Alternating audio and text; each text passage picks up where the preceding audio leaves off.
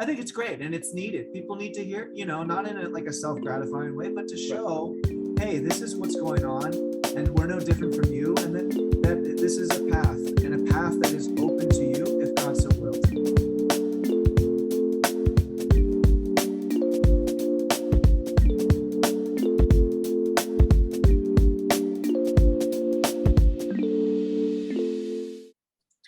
Everyone, and welcome to Path to the Priesthood, the podcast where we sit down with different Greek Orthodox clergymen from around the country, and we ask them what it was that brought them to ordained service in Christ's church. I'll be your host, Christo. Today we have a very special guest for you and someone who is a good friend of mine, Father Nick Manuel. But before we turn it over to Father Nick to hear about his story, let's hear a little bit about him. Father Nick was born in Wilmington, Delaware in 1993. He is the youngest of 4 children. He grew up in Richmond, Virginia, at the Cathedral of Sts. Constantine and Helen. Upon graduating high school in 2011, he attended Hampden-Sydney College in Farmville, Virginia. There he received a Bachelor of Liberal Arts with a focus in psychology. Following graduation at Hampden-Sydney, he sojourned north to Boston and enrolled in Holy Cross Greek Orthodox School of Theology to follow his call to the priesthood. In 2017, he met his wife, Demetria, of St. Louis, Missouri, and married her 2 years later in January of 2019. He was then ordained to the Holy Diaconate at Annunciation, Akron on December 5th, 2019 by His Eminence, Metropolitan Savas of Pittsburgh. Deacon Nick and Demi had their first child, John, in November of 2019. On March 15th, 2020, Father Nick was ordained to the Holy Priesthood by His Eminence Metropolitan Savas of Pittsburgh at Annunciation, Akron. In March of 2021, Father Nick and Presbytera Demetria welcomed their second child, Eleftheria, into the world. Father Nick is grateful and humbled to be in Akron, Ohio, where he serves a very vibrant and active community. Glory to God for all things. Welcome, Father Nick. Thank you, Christo. Thank you for having me. I appreciate you reaching out. Yeah, man, I'm glad we could reconnect and do this. For those of you watching, Father Nick and I were actually altar group buddies at the seminary, but I was actually your altar captain. I was 1 year ahead. Yes, you were. Oh, yes. Good times. Good times. Great times. So Father Nick and I go way back, and it's just wonderful that we can have him here today. So, Father Nick, now that we've heard a little bit about you from your biography, we'd like you to fill in the rest of the story for us. I'm going to turn the floor over to you now, so you can tell us about your personal path to the priesthood. Sure. So, I think my path is a little unique in the sense that it is unique, but it's also not unique. When you think about kind of how my path kind of starts with my dad. My dad is a priest. And so growing up in Richmond, he was the assistant there from like 99 to 2011. And so I was watching him, and that was really, I was 6 to 18 during that time. Sure. It was the formative time of my life. Yeah. And so I was watching him and kind of observing and always had the priesthood in the back of my mind. But it was never really something that we talked about, never really something that was emphasized, at least during those years. But it was kind of planted mysteriously in my head, sure. Kind of at a young age, and kind of sat there in the soil and waited for that soil to kind of be tilled and cultivated. And, over time, as that kind of happened, little sproutlings came about, and I'm sure we'll get to that. But sure. So really, I was not focused on the priesthood in any way, other than just kind of watching it, other than just kind of observing what my dad did, and kind of trying to learn what it means to be a good Christian, and exactly. And so that was kind of my kind of introduction to the priesthood, was watching my dad and Father Nick Bacchus, who's still the proistomenos there. Whoa. He's been the proistomenos in Richmond at the cathedral for a number of years. I'm not exactly sure how many, but he's still there. That's amazing. He's been a wonderful kind of image of what it means to be a good priest. And he's been beloved and respected there for years. So he was my dad's mentor. Look at So that. I always watched him as well. That's amazing because Father Nick, as you said, is still there in Richmond, and my good friend Dean Tegas was the pastoral assistant there for the past 5 years. So I had the good fortune to meet Father Nick myself, Yeah. and I remember the words that you used to describe him, I would say, are extremely accurate. Like even just after a few interactions, you get the sense like Oh this man he's doing it the right way, and he just exudes like that veteran knowledge and just there's a calmness about him too that. So that's cool that he was your childhood priest, and here he is many years later, still obviously mentoring others as well. So that's very cool. Yeah, yeah. So the story really gets interesting when I go to college. When I was 18, so I played football growing up. There we go. I was hoping it didn't say it in your bio, but I was hoping you were going to bring up your football career. Yes, didn't. Well, it does kind of play a big. When I was kind of reflecting on this, I was like, it really does kind of play a big part of who I am, but who I was to become and who I was called to be. Because, and we'll kind of get into that. But growing up, played football in high school, and I wasn't the most talented, but I had a love for it, and I had a passion for it, and so I was kind of thinking about playing in college, and was interested in playing D3, and had an opportunity to play at Hampden-Sydney College, and that was a learning experience and an experience, and to not to belabor the point, but let's just say I learned a lot about humility during those 4 years in college. Football has a way of doing that to you in high school, even. So I can truly only imagine in college, whether it be D3 or D1, I hear it becomes a full-time job and all kinds of things. And football coaches are very unique individuals. And I've learned some of the greatest lessons in my life are from priests and football coaches, really. So but what position did you play, real quick? I wanted to ask. I know it was line, but was it O-line or D-line? So in high school, part of the fun of the story is in high school I played offensive line. Nice. And I was a whopping 215 pounds. In college, I tried to play offensive line at that weight, and I got shellacked. That probably did not. I was the test dummy for the practice squad. So that is not a fun. Yeah, that to be the practice squad punching bag. That is a position of sacrifice, which probably it probably has done you well. As the years went on, but boy, so what happened was I changed positions. So my first year in college, I was offensive line, and I was like, this is not going to work because you really have to be 300 pounds, and I don't want to be 300 pounds. that was a good, that was for your own health. For my own health. And so I changed to defensive line, and so I played defensive end. We ran a 3-4. So you could be kind of a stout run defender was kind of my calling card.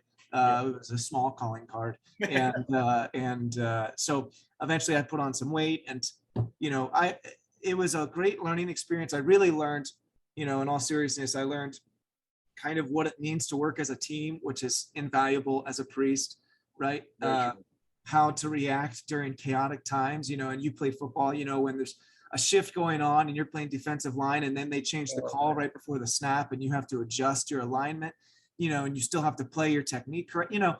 Little things like that kind of reverberate a lot more than you think in your life, and so when I find myself in kind of chaotic times, I'm always kind of like recalling those moments where you kind of learn how to just take a deep breath, right, and kind of stay calm during the storm. So and then really how to persevere and the beginning of humility. I didn't learn humility. We're all learning humility, but we're still learning humility. Working towards it. But the beginning of what is really what is humility, and it was that was the beginning of that, which is, as you know, a lifelong endeavor, right? So it truly is.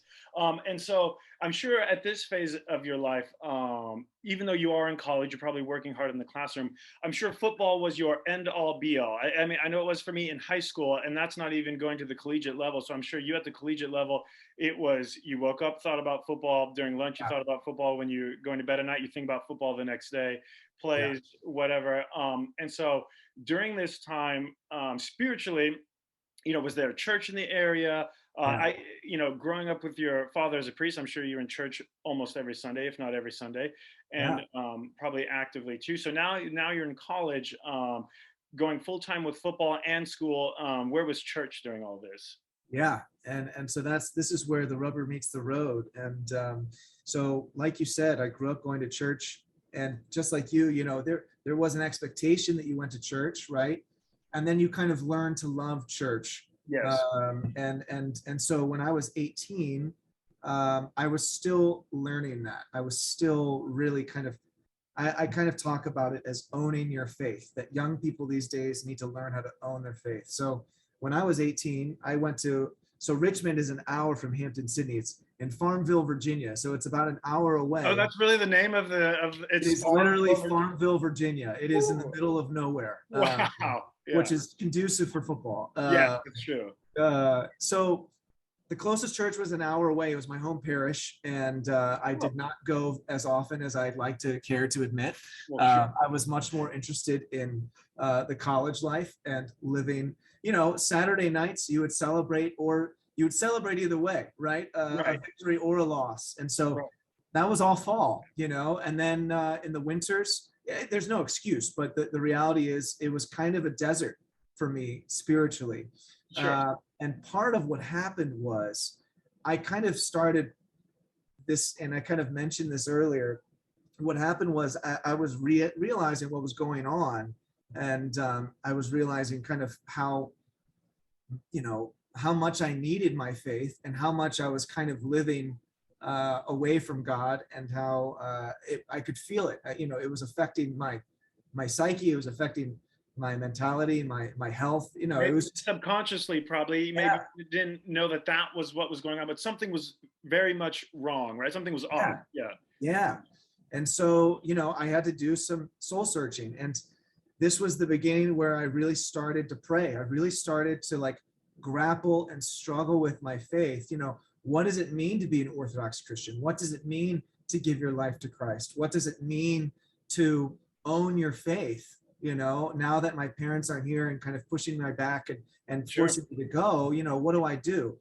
And so this, and I remember I had such a crossroads with this. I actually remember vividly calling my brother. My brother's a priest now. Oh, that's right. Father Thomas.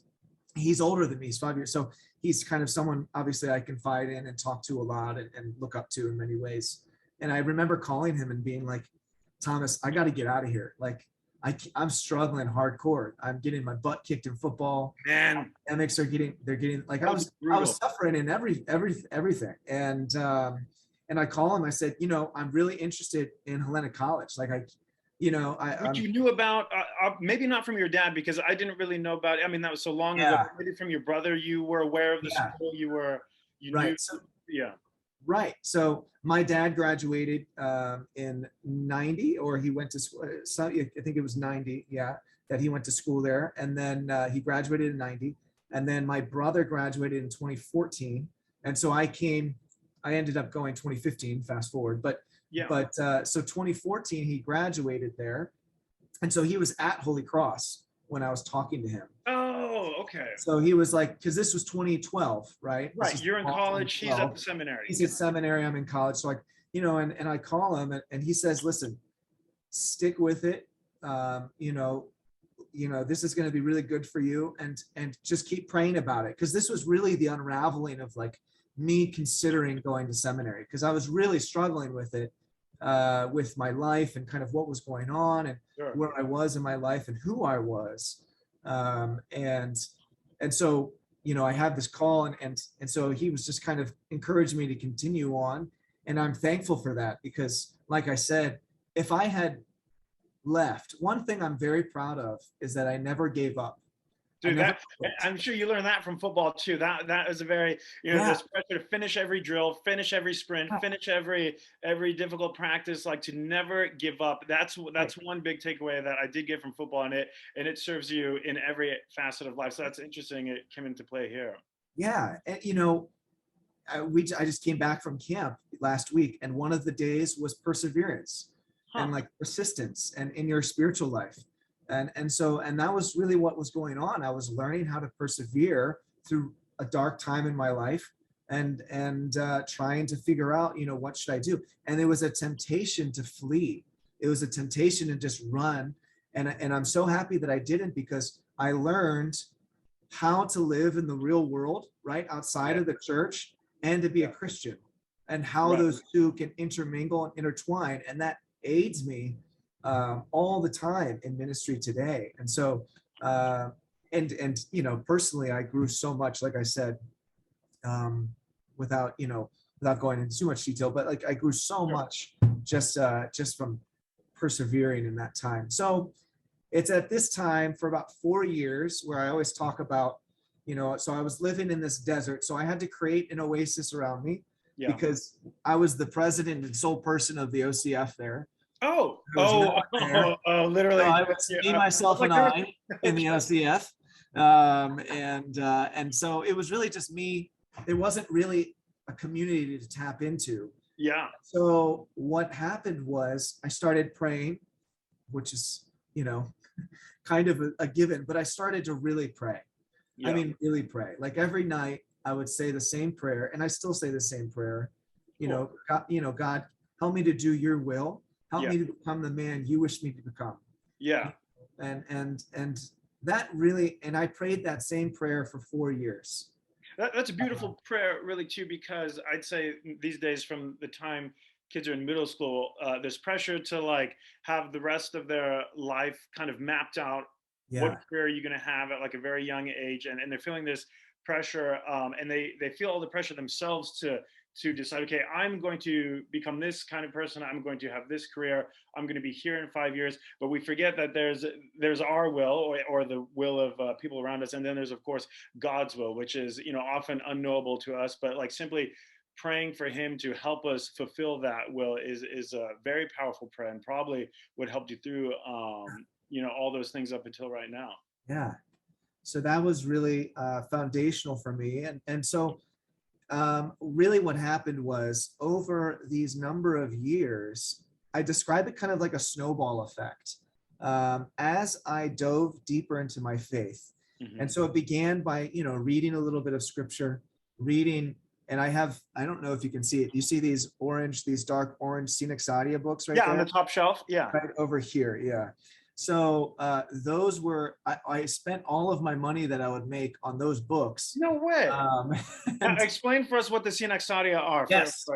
Thank you. So the Scenic Sadia are the lives of the saints. And so that set is kind of like a more fuller version of so, you have the Go Arch app where you kind of look and you say, okay, here are the very brief life of the saint. But those books are kind of like, for St. Basil the Great, they have 20 pages on St. Basil the Great. St. Nicholas, long pages. And I found myself, so I kind of dabbled into that. And that really, I always talk about kind of like, it kind of like fanned the flame that I had going on in my heart, that I was really starting to kind of feed my soul the joy of Christ, and learning about the church, learning about, because I was trying to figure out, like, what is all this about really? Like, do I really want to dedicate my life? Why am I thinking about this? Where is this coming from?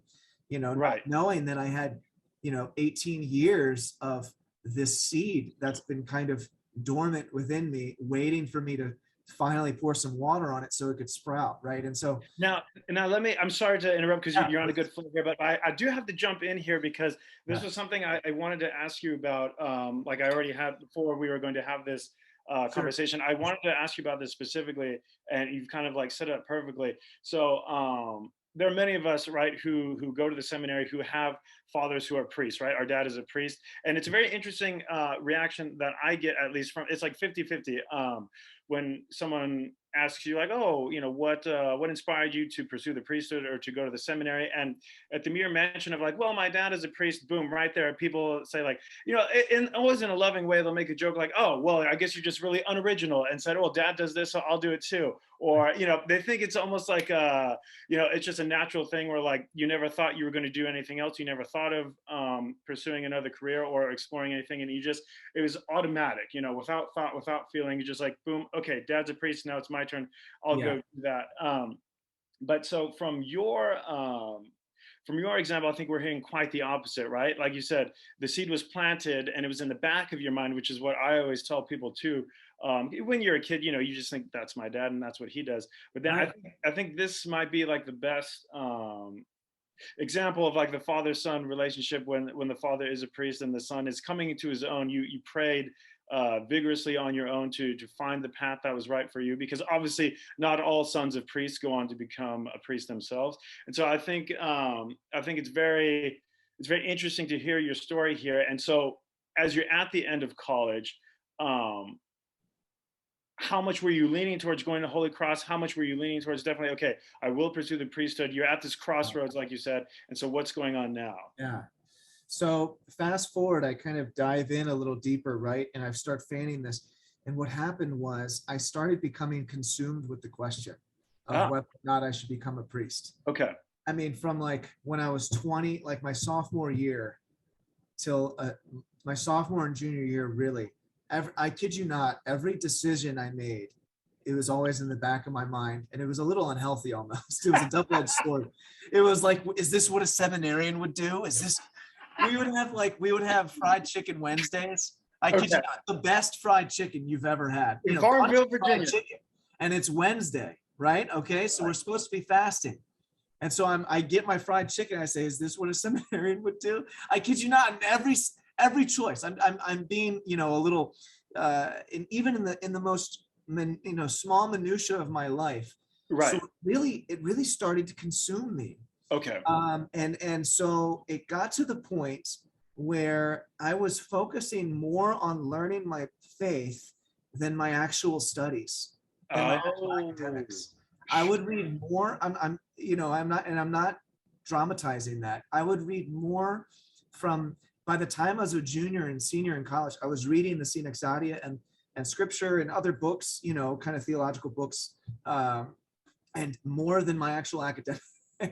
That's And for me, that was kind of like, okay, there's something really going on here, because Yeah. this is sprouting and I can't help it. right. And so, what happened was before my senior year in college, I went to Camp Naz. I was going to Camp The Nazareth. Camp Naz is the Metropolis camp for Pittsburgh, or Correct. okay, Yes. okay. Yep, Metropolis at Pittsburgh Camp in Mercer, PA. And I grew up going there, and that's a whole other discussion. That was a major part of my life as well. Okay. It still is. And but at this moment, I remember I was counseling, and I was talking to some priests at the camp and asking them, what should I do? This is what's been going on. And they said, listen, just go and see, just go and see. And that way, when you get there, you'll know. Okay. And so I knew before senior year of college, this was what I was going to do. I was going to go to seminary once I Cool. graduated.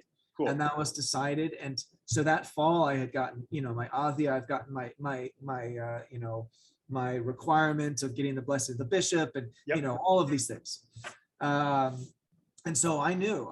And so it was very much a really beautiful kind of unraveling that went hand in hand, in learning about who I was, went directly into learning my relationship with God and how those kind of intertwined. And it was just kind of dealing with that and kind of grappling with that repentance, really. It was, Right. and so, when I remember, I said, okay, I'm going to go to seminary. And and I remember distinctly, and I tell this to people, when I was driving up to seminary with my dad, he was driving me up there. Cool. And I remember the whole time I was really nervous. Sure. Like, because I had actually visited.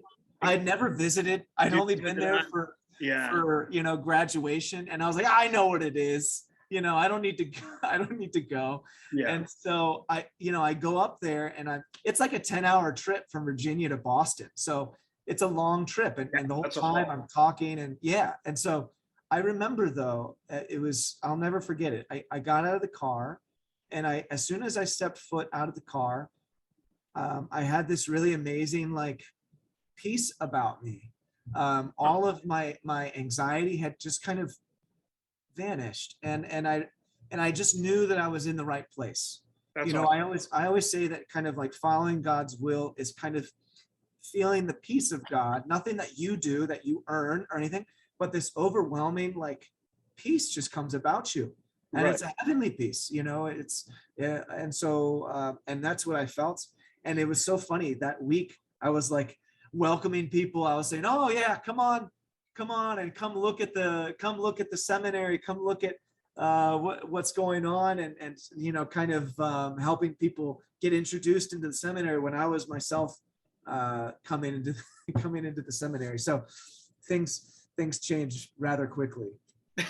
Now let me ask.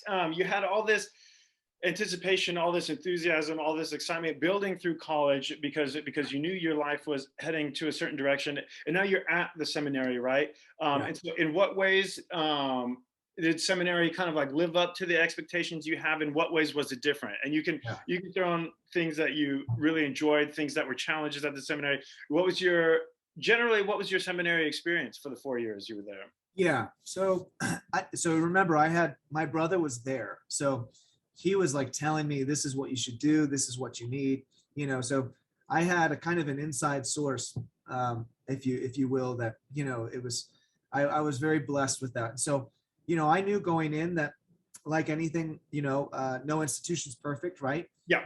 But the life of the school was beautiful, right? That when you plug into the life of the school, which is the chapel, and I've watched all your Path to the Priesthoods, and everyone says the same thing, and they all say, which is good. Which is good. I was going to say that. Which shows that it's true, right? That there is a reality, and what I'm getting to is, which is the chapel life. Yes. The chapel life is very special. I mean, and it's what my dad said. It's what everyone told me, when I asked them about seminary, they all refer to the chapel life, that you can't replicate it. There is just and that's bingo right there. That because one of the things I remember my dad telling me is that, like, nowhere else in the country will you experience the services like you can experience them at the chapel. And it's interesting because it's like, people say, oh, well, it's like on a monastic schedule. It's really not. I mean, it's just daily orthos and vespers, but there's nothing really, and regular services, but it's not monastic. It's definitely not like liturgical life in a parish. It's its very own unique, like perfect liturgical life for what a seminary is. And that is probably, that is probably one of the things that I miss most as well. So I agree. So, but continue now with your, So seminary lived up. I was very well prepared for what seminary was because I knew about it, because my brother lived it, right? He had just graduated. I just missed him. When he graduated, I came in the next fall. And so I was Thomas's brother for a very long time. And that's right. I remember people saying that about you. I had no idea who your brother was because I came the year after him. I was funny. That's funny. I totally remember that now. Yeah. So I was very blessed in that regards, and so it was. I came in with a really wonderful class of 2019, and we congealed and got very close. So that was the two main things are the chapel life and the people that you meet, and people. And part of that, it's interesting. One struggle that I had at the beginning was, and a temptation that I tell young people that go to seminary now is that the people that you come in with are the people that you are going to be your combati one day, most likely, but they're also going to be the people that push and challenge and you struggle with, right? I'll never forget what Father Nick Belcher said when he was the Dean of Students at the time, if you remember, and he said something that I love. He said, that he had the bag of rocks metaphor. Do you remember this? He had a lot of good metaphors and stories. I don't remember the bag of rocks, so tell us. Very, very, very quickly, that the bag of rocks is, we're all a rock, and seminary is a very small place, right? It's a small community. And so when we come in, especially kind of the dorms, right? The Polomonakos dorms, that when you come in, you're a jagged rock with edges and you're sharp and you have all these things, right?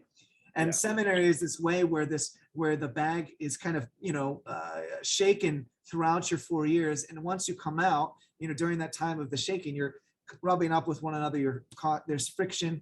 But in that, there's this way of kind of smoothing out who you are, smoothing out your perspective, smoothing out your love for Christ, and kind of smoothing out for your love for each other. For sure. And it helps you to learn kind of and give you it smoothes out your edges as a person so that you can become a better Christian, really. I like that metaphor about becoming smoother, specifically because when you do get out, and we're still trying to smoothen ourselves out, Yes. because we still come out, we have a few little edges sometimes. There are still edges. Oh, yeah. There's still, there imagine is. that. No one talks about that one, that's for sure. Yeah. Hey, I thought I was all smooth. No. But so you get, you smooth out at the seminary, but then when you are placed in a parish, you have to do a lot of the smoothing out, right? There's so much going on in the parish, which is a nice, the seminary is a nice preparation for parish life too, because you are working together with very many people with, very many different personalities, very many different talents to offer.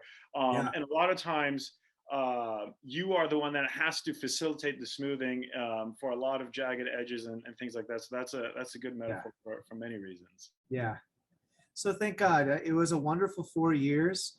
I really loved my time. I was an ambassador for the school. I'm on the, and I had such a love for it because I realized what the school gave me, which was it kind of blew gas on the fire. I mean, it really erupted, right? It really taught me what it means to love God and to love one another and to share that, right?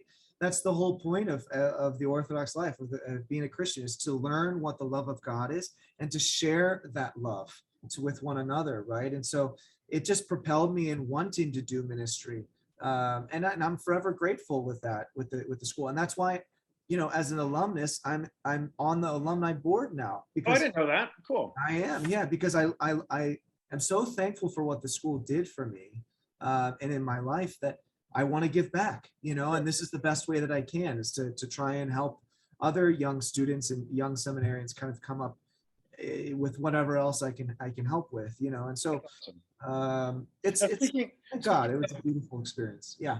For sure. Now, speaking of things you were involved with while at the school, one was ambassadors, and now you're on the alumni board. There was just a program that came through San Francisco last week called Crossroad, and I believe you were very involved with that as well. And you've been speaking a little bit about the importance of formation of young people in the church. And so, do you want to give us just like a quick spiel on Crossroad for those people watching? Yeah. I'll give the elevator pitch. Yeah. So you learn. Give us the elevator. Yeah. You learn 3 primary things: who am I, who is God, and who is my neighbor. And so it's a 10-day institute, traditionally in Boston, but now they've kind of spread across the country. There's 3 sessions. There's one in Boston, one in Chicago, and one in San Francisco. And so it's a 10-day institute where you come and you learn about your faith. You learn about Orthodoxy in America. You experience other jurisdictions, right? You go to an Antiochian church, an OCA church, a Rokor church, a Serbian church, whatever. And so, but most importantly, you learn those 3 things: who am I, who is God, and who is my neighbor. So, yeah, it's one of those things where Crossroad was, I remember in 2017, I was on staff, and it was such a beautiful experience for me personally, because like I said, that was the heart of 2015 to 2019.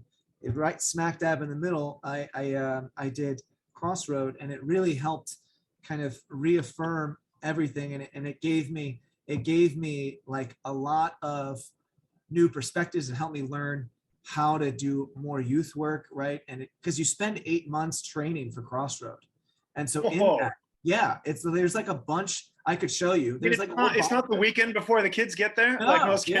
No. So it's a serious thing, and so it was really great. It was really, I encourage it for people that feel as though they're called to that sort of thing, and I really enjoyed it. Specifically, why I asked you about Crossroads is because I actually, in this group that was here last week, I met a young man who actually is a seminarian himself, and he was on staff for Crossroads, I believe, and he made his way to the seminary because of conversations he had with you, Father Nick Manuel. It was a young man from, I don't remember the guy's name. I was meeting tons of people, but he was from your parish in Akron. Obviously, I'm sure you know who it is. Yes, I do. Yeah. And it was cool for me to see like the full circle moment where here's a guy, Father Nick Manuel, who wanted to go to the seminary, went to the seminary, and now here's another, I think he just finished his first year, another young man who's kind of, he had the basic instinct maybe, but was, you helped facilitate that, to water that seed, to get him into it. And because I think that's what it's going to take these days, I'm noticing, with, we were talking about the pressure on young people earlier and how they have to decide where they're going to go, what they're going to do. And so, of course, they're drawn to like all the big schools or, to just get out of college and start working. So it's maybe becoming less of a dot on young men's radars to maybe explore the seminary, go see what it's about. So and so I was very happy to see though that there's some turnaround. The alumni are bringing people in, and so that was a really cool moment. And so I know you won't accept them, but props to you for helping that young man out, and because I know he's going to go on to do good things as well. So that was pretty cool. Yeah. So now we've got the seminary. Yes. Experience, and but just like college is very different from seminary. Seminary is very different from parish ministry, and of course ordained ministry. I would imagine. So, can you tell us, in your ordained ministry, how's ordained ministry kind of lived up to what seminary prepared you for, and how is it different than you might have ever imagined while in school? Yeah, one of the beauties about seminary is you really learn. Well, what you should be learning is really, like I said, who you are. And in that comes learning your strengths, right? And learning your weaknesses.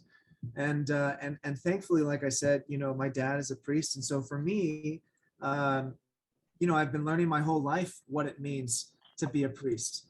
And, yes, and so when it was time for me to kind of, when ordination was kind of on the horizon, and now actually living that out, I remember people at Annunciation Akron being like, so does it live up to what is it everything you ever thought it would be? And usually I'm like, kind of, yeah. It's amazing. Dude, that's awesome. Yeah. I know where I'm going to struggle, and I know where some strengths are, God, thank God. And so, I kind of try and protect myself. I try and keep learning and try and, and so the beauty of the priesthood is that you are living, this spiritual reality with people, walking that spiritual life with people. Right. You get to celebrate in their major moments of their spiritual life, in their weddings, in their baptisms, in confession. You get to walk with them in those beautiful sacraments. And then you're also there as a shoulder to lean on and someone to talk to when they're struggling, when they've lost a loved one, that sort of thing. And so you have this amazing, right, and I've heard other priests talk about that joyful sorrow, that homolipi of the priesthood, and as a Christian. And so that's really the beauty of the priesthood, comes from that. And so you get to live that out. I remember when I first started here, I got my first check and I was like, wait, I get paid for this? Yeah, man, isn't that like, you're doing like what you like. The thing that is most important to you in your life is the thing that you're giving your life to, right? And then somehow just like a paycheck just appears on the. It's not something you think about, right? You're not in it for the money, right. So it's like, and so it was just one of those moments where I was like, wow, I finally know what it means to, when people say do what you love, right? Mm-hmm. And you'll never work a day in your life. And so, that's what it is when you feel called to the priesthood. Like I said, I had a very intense few years of like grappling with that calling, and that snowball effect, and that kind of like little voice in my head that I learned was the Holy Spirit. And now kind of finally letting go. I always talk about to young people, don't put so much pressure on yourself as to where you're going to go or what you're going to do. Just let go, and let God in, and get out of the way of the Holy Spirit, and be open. That's what's so important. because it's not our will, right? It's God's will. And what Right. does that look like? Looks different to everybody. Yes. But we have to be open to that, right? Very true. Very true. Now, different priests have different kind of areas of focus, right? That we like they're all ordained priests, and they all serve. Most of them serve parishes, but each priest kind of has something that he places a little more emphasis on, maybe, or something that's perhaps his forte, for lack of a better word. For you, Father Nick, what are some of the things that you maybe, as a priest, that you devote more of your time to? Things that you are more interested in. For some guys it's youth ministry, for other guys it's Byzantine music. So what are kind of your specific interests within the priesthood? Yeah, I think, and my brother is the missionary, so No, that's interesting. my brother is the missionary. So, but I've always had a heart for missions, and so part of the reason why I never went abroad to missions was because I believed that we have outreach to do here. And so I'm very passionate about that. For instance, I'm just giving you an example. I'm working on an Orthodox mission walk, a pan-Orthodox mission walk here in Akron, in the fall.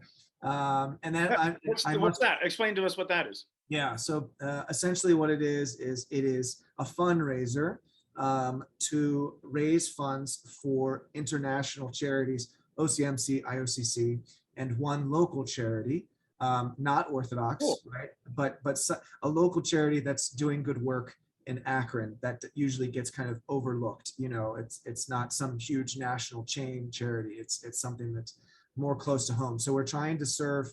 It's basically a free will offering where you get to walk this 5K or whatever you want to do. That's awesome. I must admit, my dad did this in Virginia Beach and Hampton Roads, and they've done it for I think 8 years now, and it's grown exponentially every year. Yeah, so I'm still. Go ahead. Yeah, I'm so that's part of it. Is I just what I like about that missions. Yeah, what I like about that is combining like a modern, there's walks for many different things, right? Right. There's very many worthy causes, but like we often forget to kind of implement like modern practices into like using them for an Orthodox purpose. It's like, hey, everybody loves these walks, everybody does them. For those of us that watched The Office, we all remember that was a great episode when they ran. It was to raise awareness for rabies, like whatever it may be. But it's just like, I'll make sure not to eat pasta beforehand. Yeah, no fettuccine alfredo, but so that is very cool that your dad and you have implemented something that people probably are already doing for other causes. And it's like, hey, we can do it to raise some important funds for the church as well. That's awesome.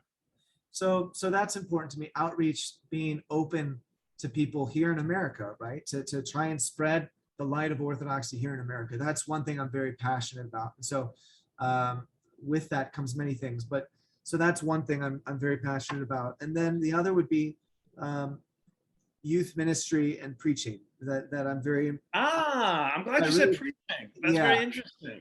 And I don't mean this in like a self gratifying way, but I love to preach in the sense of, for me, it's kind of like you take a week to prepare for a Sunday. I'm thinking like a Sunday, right? Mm-hmm. You yourself are kind of like learning and taking what you've found and doing almost like a self Bible study, right? And totally. And everything. And so and then you're kind of presenting what you found to the people. Yeah. And so there's this really beautiful way of learning where you're kind of doing this self process, and then it's just an offering, it's an offering to the people, and it's very fulfilling. It's very edifying. It gives me, I don't know if I'm great at it, but it gives me great pleasure. That's really cool. And because it's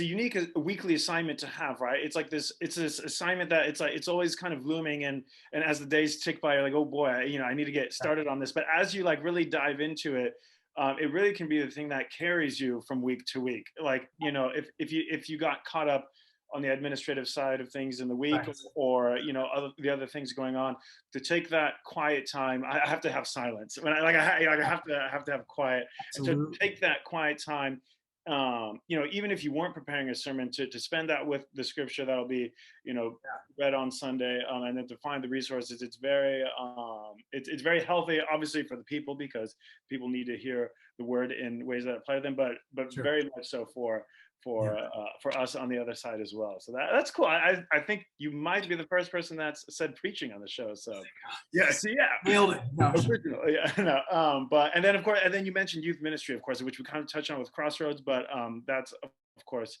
an ever important aspect of parish life, metropolis life, just the church in general. Yeah. Right. So, thank God, those are things that I like to emphasize, and it gives me great joy and edification. Yeah. Very cool. And now, Father Nick, to one final question, if you don't mind sharing with us. You have many, we talked a lot about the life of a priest and what goes on with that. But when you are not at Annunciation Akron, or when you're not at Camp Naz, how is Father Nick spending his free time? Yes. Well, I think part of that free time, that's for sure. I sure do. Part of it. I have a love for football, and that's never left me. And so, as you know, we're in a fantasy football group together, and there's a lot of things.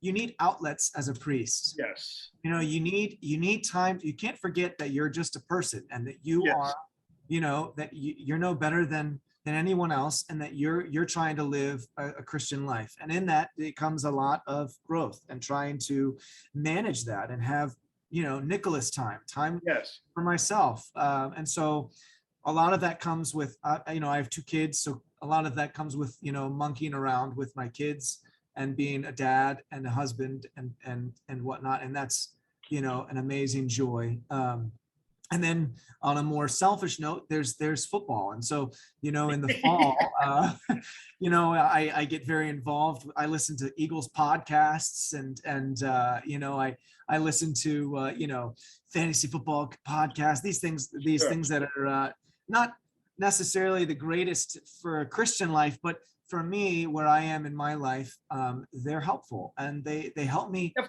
relax and decompress and, give an outlet, and so, so fantasy football plays into that, being with you all and creating kind of like this awesome community. And I know we've kind of talked about it, how it's morphed into a fantasy fitness league, right? So where, in the off season, where we're just talking about starting another challenge up, and you're talking to it. Well, we'll leave that aside. No, you can say, I think we're talking to so what Father Nick is referring to, we have a fantasy football group chat, which consists of, I believe, 12 guys, all from the seminary. We weren't all there at the same time. Some of us have even yet to meet in person, but we talk every day. And it began as fantasy football, but it's morphed into fantasy fitness. These days, thankfully, there's a push across society in general to emphasize fitness, because it's a very easy thing to slip. And so we're lucky that we have this group that pushes one another to pursue fitness. And so periodically throughout the year, we will set up different month-long competitions, challenges, to see who can either drop the most weight, or who can accomplish the most healthy goals in a certain amount of time. And Father Nick Manuel, correct me if I'm wrong, has been the champion of these challenges the past 3 times in a row, right? 3-time champ. 3-time 3-0 right now. 3-0. So it's not boarded off Father Chris Rotellus 3 times. That's right. Father Chris Rotellus won the first one, right? No, I've beaten him every time. Oh, you've never been beaten. I've never been beaten. Wow. So we have the Tom Brady. I've been beaten many times in fantasy football, but not fantasy fitness. And that's what really matters. Let's be honest. I mean, if I was going to the real goal. So pick my wins, it would be in fantasy fitness. Yeah. But in all seriousness, no, I mean, it's been such a really good outlet. I mean, and it's turned into a nice brotherhood. I would even say our relationship has grown. I mean, and we haven't seen each other in person in 4 years. Yeah. But we're just 3 years. Well, yeah, four, because you graduated in 18. Yeah, I did. Yeah. So I mean, that's the we talk about, anyway, that's the beauty of kind of what's been going on with that group. And I'm very thankful. And that's not the only group that does that, there's other outlets that we have, Right. Yeah. And I feel like every generation of guys that have gone through the seminary, there's always some groups that have stuck together and they will lean on each other when they need. And so, yeah, even though like our group text is exists socially, sometimes we will pitch pastoral problems. Oh my gosh. Yeah. Guys, how have you dealt with this? How this is going on? How have you dealt with that? And I think it's, I don't mean to speak for all of us, but I think it's an invaluable little. I think you can speak for all. I do think it's been invaluable for everybody there. So Yeah. I'm very thankful for that. And so those are just a few outlets. My family, football, and I try to be healthy. That's a life. What more do you need? Yes, exactly. Football and fitness, right? Faith, family, and football, man. There you That's go. all you need, the 3 F's in life. Actually, my football coach used to say that. Yeah, and I believe it to this day. Same here. It's not bad. I mean, as long as you put faith first. Yeah, that one's got to be exactly. Then the rest of them. Football, family, faith. Faith, Actually, family, football. now that you bring it up, I had 2 coaches where they were disagreeing which one came first. So is it family or is it faith? Is it family? And this was my freshman year, and I think it was my first theological debate that I ever witnessed. But your first theological reflection, one of them. Yeah, on the football field. That's good. Well, Father Nick, thank you so much for taking the time to come and do the podcast today. I think a lot of people are going to enjoy hearing your story, enjoy some of the insights that you have that will maybe help them along in their own spiritual lives, and maybe we even inspired a few people to go out and play football. Who knows? There it is. Thank God. Thank you for having me. I think it's great what you're doing, and I'm not just.